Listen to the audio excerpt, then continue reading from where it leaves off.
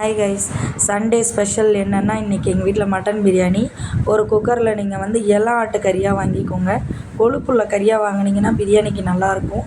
இங்கே பாருங்கள், கொழுப்பு அதிகமாக இருக்குது பாருங்கள். இதில் இந்த கறியெல்லாம் எடுத்து நீங்கள் பிரியாணிக்கு போடும்போது உங்களுக்கு வந்து பிரியாணி நல்லா வாசமாகவும் நல்லாவும் இருக்கும். அதில் இஞ்சி பூண்டு பேஸ்ட்டை சேர்த்துக்கோங்க, மஞ்சள்தூள் சேர்த்துக்கோங்க, கொஞ்சம் உப்பு சேர்த்துக்கோங்க. நல்லா விசில் ஒரு 4-5 விசில் வச்சிங்கன்னா நல்லா வெந்துடும். இஞ்சி பூண்டு பேஸ்ட்டு தனியாக எடுத்து வச்சுக்கோங்க. ஒரு எண்ணெய் சட்டியில் வந்து எண்ணெய் ஊற்றிக்கோங்க. கொஞ்சோண்டு நெய் சேர்த்திங்கன்னா வாசமாக இருக்கும். எண்ணெய் ஊற்றுனதுக்கப்புறம் கொஞ்சோண்டு நெய் ஊற்றிக்கோங்க. நல்லா வாசமாக இருக்கும் பிரியாணி. பட்டை, லவங்கம், ஏலக்காய் எல்லாத்தையும் போட்டு தாளிச்சுக்கோங்க. இது வீட்டில் உள்ள ரைஸ் தான். நான் ஒரு 2 மணி நேரத்துக்கு முன்னாடி ஊற வச்சுருக்கேன் ரைஸை. வெங்காயத்தை நல்லா வதக்கி ப்ரௌன் கலர் ஆக்கிடுங்க. அதில் புதினா இலை, கொத்தமல்லி, அப்புறம் வந்து கொஞ்சம் இஞ்சி பூண்டு பேஸ்ட்டு நல்லா போட்டு நல்லா வதக்கிடுங்க.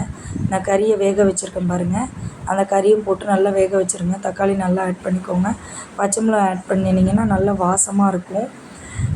நல்லா வதக்கிடுங்க. காரத்துக்கு அந்த பச்சை மிளகா மட்டும்தான் ஆட் பண்ணியிருக்கேன் நான். நல்லா வதக்கி விட்டிங்கன்னா அதில் உள்ள தண்ணியெல்லாம் பிரிஞ்சு வெளியில் வரும். நம்ம இதை வந்து ரைஸ் குக்கரில் தான் செய்ய போகிறோம். இது எல்லாத்தையும் வதக்கி தனியாக எடுத்துட்டு இதில் வந்து நல்லா மசாலாலாம் வதங்கி வந்ததுக்கப்புறம் நம்ம வந்து கொஞ்சோண்டு பிரியாணி மசாலா ஆட் பண்ணிக்கலாம். ஆட் பண்ணிவிட்டு இந்த குக்கரில் அந்த தண்ணி, ரைஸு எல்லாத்தையும் ஒன்றா கலந்து வச்சுருங்க. இதை வந்து ஒரு 20 நிமிஷம் வேக வச்சா போதும்.